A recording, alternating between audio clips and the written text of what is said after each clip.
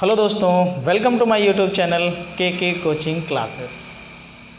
तो मंजिल ने कहा हौसलों से तेरे बस की बात नहीं, और हौसलों ने मंजिल की आँखों में आंखें डाल के बोला चल झुट्ठी तेरी इतनी औकात नहीं। क्या तेरी इतनी औकात नहीं। तो आज का जो हमारा टॉपिक है वो है केमिस्ट्री का सॉलिड स्टेट का लेसन हम लोग पढ़ रहे थे, लेसन नंबर 1 सॉलिड स्टेट। और इसका जो टॉपिक है, मैंने वादा किया था कि मैं क्लोज्ड पैकिंग लेकर आऊँगा, और आज क्लोज्ड पैकिंग का टॉपिक आ गया है, निविड़ संकुलन। ठीक है, very most important topic. Exam में इसका एक क्वेश्चन आता है और वो है षटकोणीय निविड़ संकुलन। ठीक है, तो षटकोणीय निविड़ संकुलन अगर पढ़ना है तो निविड़ संकुलन को पहले से जानना होगा। ये क्या होता है निविड़ संकुलन? देखो, सॉलिड्स में हमने सीखा था कि जो है एटम्स होते हैं जिन्हें हम अवयवी कण भी कहते हैं। ठीक है, एटम्स को अवयवी कण मान सकते हैं, मॉलिक्यूल्स को भी अवयवी कण मान सकते हैं, यानी कि परमाणु और अणु। इनकी जगह पर हम आयंस को भी अवयवी कण मान सकते हैं। ठीक है, तो ये सब उपस्थित होते हैं किसमें? सॉलिड के क्रिस्टल में। ठीक है, किसी भी सॉलिड एलिमेंट के क्रिस्टल में जो है ये जो हमारे कण होते हैं ये उपस्थित होते हैं। तो ये किस क्रम में उपस्थित होते हैं? उस क्रम को ही कहा जाता है निविड़ संकुलन।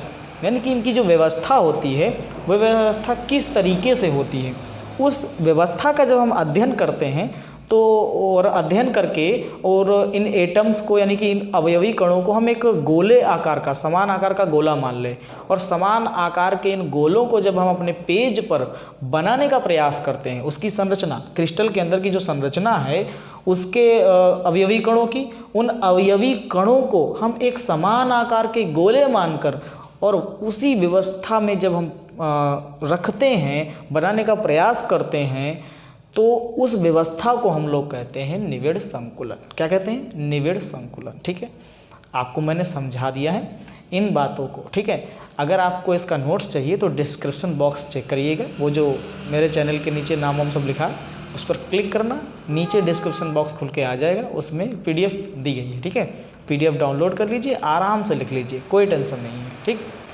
तो निविड़ संकुलन क्या होता है ये तो आप समझ गए।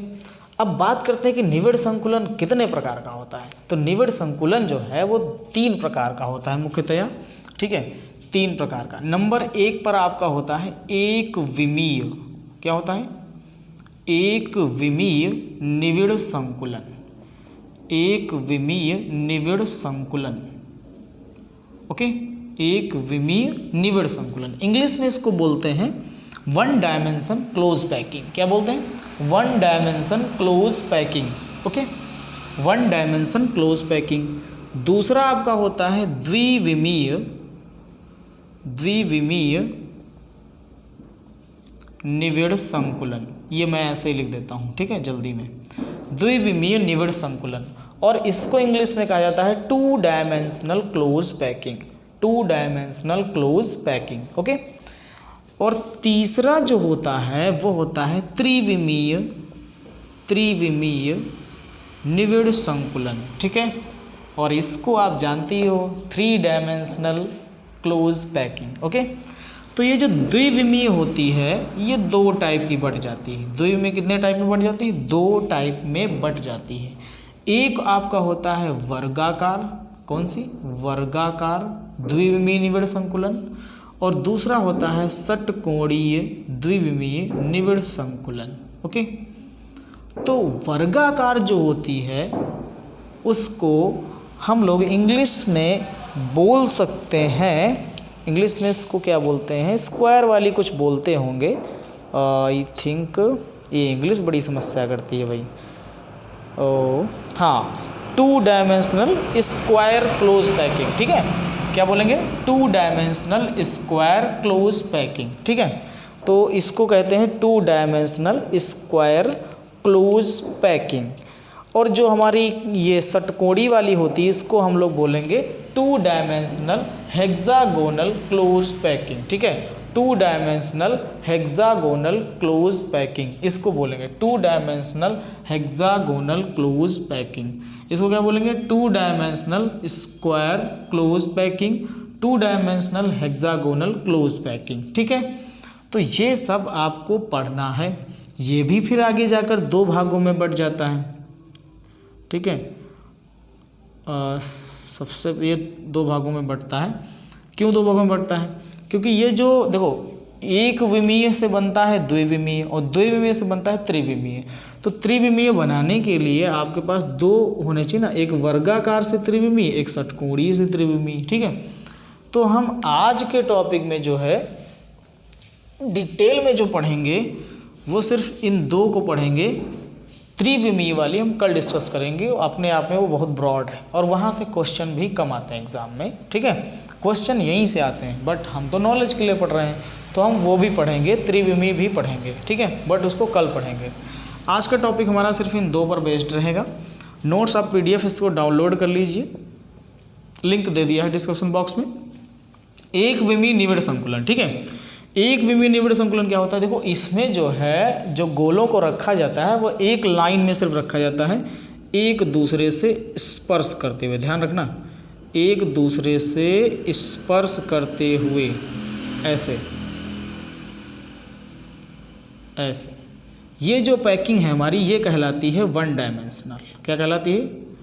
1 dimensional, okay, 1 dimensional close packing. समझ में आ रहा है? ये हो गई एक विमीय निविड़ संकुलन, ठीक है। एक विमीय निविड़ संकुलन ये हो गया। इसका क्या सिस्टम होता है? तो इसमें जो है सभी गोले एक दूसरे को स्पर्श करते हुए रखे जाते हैं एक ही पंक्ति में। अच्छा, एक और चीज़ मैं यहाँ बता दूँ, देखो आप ये जो मेन एक गोले को ले लो तो ये 2 गोलों से स्पर्श कर रहा है, ठीक है। तो कोई एक गोला 2 गोलों को स्पर्श करता है तो हम कहेंगे कि एक विमीय निविड़ संकुलन की जो उपसह संयोजन संख्या होती है, कोऑर्डिनेशन नंबर जो होता है वो 2 होता है, ठीक है। देखो कोई भी कण अपने आसपास के जितने कणों से घिरा होता है, कोई भी कण या कोई भी गोला कह लो, कोई भी गोला अपने आसपास के जितने गोलों को स्पर्श करता है, अपने आसपास के जितने गोलों को स्पर्श करता है उनकी संख्या कहलाती है उपसह संयोजन संख्या, कोऑर्डिनेशन नंबर, उपसह संयोजन संख्या या कोऑर्डिनेशन नंबर, ठीक है। अंग्रेजी में कोऑर्डिनेशन नंबर कहते हैं। तो यहाँ मैं पूछूं कि बताओ ये वाला गोला अपने आसपास कितने गोलों को स्पर्श कर रहा है, तो आप बोलोगे सर 2 गोलों को स्पर्श कर रहा है। तो इसकी कोऑर्डिनेशन नंबर जो हो गई वो क्या हो गई? कोऑर्डिनेशन नंबर इसकी हो गई 2, ठीक है। इसकी उपसह संयोजन संख्या हो गई कितनी? 2। आ गया समझ में कि नहीं आ गया? ठीक है, चलिए ये हो गया हमारा एक विमीय कंप्लीट, ठीक है, ओके। इसका नोट्स जरूर डाउनलोड कर लीजिएगा, वरना आप लिखोगे कैसे, नोट्स कैसे बनाओगे, ठीक है। देखिए थ्योरी सेक्शन लिखने में समय बहुत लग जाता है, इसलिए मैं आपको समझा देता हूँ अच्छे से, समझ में तो आ ही रहा होगा। अब बात करते हैं द्विविमीय पर। तो द्विविमीय मैंने कहा कि 2 भागों में, देखो द्विविमीय को प्राप्त करने के लिए एक विमीय की परत को एक दूसरे से संपर्क करके या ऊपर नीचे करके रखा जाता है। अब बात करते हैं वर्गाकार की। देखो वर्गाकार में क्या होता है कि एक विमीय परतों को जो है एक दूसरे के पास सटाकर रखा जाता है। जैसे मान लो आपने एक लड्डू का डिब्बा लिया और एक पंक्ति में पहले लड्डू लगा दो, स्पर्श करते हुए लड्डू सीरियल वाइज लगा दो पंक्ति में, ठीक है, तो उसको आप बोलोगे एक विमीय। उसी के जस्ट बगल में जैसे वो लगाई है वैसे एक और लड्डू की लाइन लगा दीजिए, एक और लगा दीजिए, सिर्फ 4 लगा दीजिए, ठीक है, 4 पंक्तियाँ लगा दीजिए लड्डुओं की, तो उसको बोलेंगे हम लोग क्या, उसको बोलेंगे 2 डायमेंशनल क्लोज पैकिंग, यानी कि द्विविमीय निविड़ संकुलन, ठीक है, द्विविमीय निविड़ संकुलन। इसका डायग्राम अगर बनाना चाहें और इसको वर्गाकार बोलेंगे, क्या बोलेंगे? वर्गाकार। तो चलिए इसकी अगर इसका डायग्राम आप बनाना चाहें तो इसका डायग्राम बना सकते हैं, जैसे कि इन्होंने बना रखा है ऐसे, ये हो गया इस तरीके से, और बिल्कुल एक दूसरे के सामने होने चाहिए और सभी एक दूसरे को स्पर्श करने चाहिए। देखो सेम साइज के बनाओगे तो स्पर्श करेंगे ऐसे, ये इस तरीके से, देखो छूट गया, इसको स्पर्श कराओ ज़बरदस्ती, ये वाला ऐसे ऐसे, समझ में आ रहा है? ऐसे ऐसे, ये, ठीक है। तो ये आपका क्या हो जाता है? द्विविमीय वर्गाकार निविड़ संकुलन, ये वर्गाकार वाली कौन सी है, वर्गाकार, ठीक है, द्विविमीय वर्गाकार निविड़ संकुलन। अब अगर आप इसको इसके किसी चार गोलों को मिलाइए तो देखिए कि एक वर्ग बनता है। क्या बनता है, एक वर्ग बनता है। चार गोलों के केंद्रों को मिलाओगे तो वर्ग बनता है, ठीक है, इसलिए इसको वर्गाकार कहा जाता है। कहीं भी आप मिलाइए तो क्या बनेगा, वर्ग बनेगा, इसीलिए इसको क्या कहा जाता है, वर्गाकार कहा जाता है। ऐसे मिला लीजिए, ठीक है, तब भी आपका वर्ग बनेगा। ये देखिए ऐसे मिलाएंगे तब भी ये वर्ग बनेगा, इसलिए इसको वर्गाकार कहा जाता है। आई बात समझ में। और अगर आप देखें कि ये वाला जो गोला है वो अपने आसपास कितने गोलों को स्पर्श कर रहा है, तो 1 2 3 4 चार गोलों को स्पर्श कर रहा है, तो इसकी जो कोऑर्डिनेशन नंबर होता है वो कोऑर्डिनेशन नंबर इसका 4 होता है, यानी कि इसकी उप सहसंयोजन संख्या जो होती है वो क्या होती है, 4 होती है। आई बात समझ में। चलिए अब हम बात कर लेते हैं हेक्सागोनल पर, ठीक है। तो हेक्सागोनल की बात करें, षटकोणीय की, तो उसके लिए आपको क्या करना होता है कि सबसे पहले गोलों को यानी कि एक विमीय परत को ऐसे रख दीजिए, फिर जो द्विविमीय परत है उसको इस प्रकार बनाना है कि दूसरी परत जो रखनी है वो इस प्रकार रखनी है कि पहली वाली के गड्ढों में उसके गोले आ जाएं, गड्ढों में रखना होगा। ये जो गड्ढे बने होंगे इनमें रखना होगा, एक लटक जाएगा इधर, ठीक है। और फिर दोबारा जब रखेंगे तो फिर से इसके सामना लेकर के वैसे ही रखेंगे जैसे पहले वाली रखी थी, इसका सामना। इससे क्या होगा कि ये फिर से गर्तों में आएगा, ठीक, आ रहा है समझ में। अब उसके बाद में फिर से वैसे ही,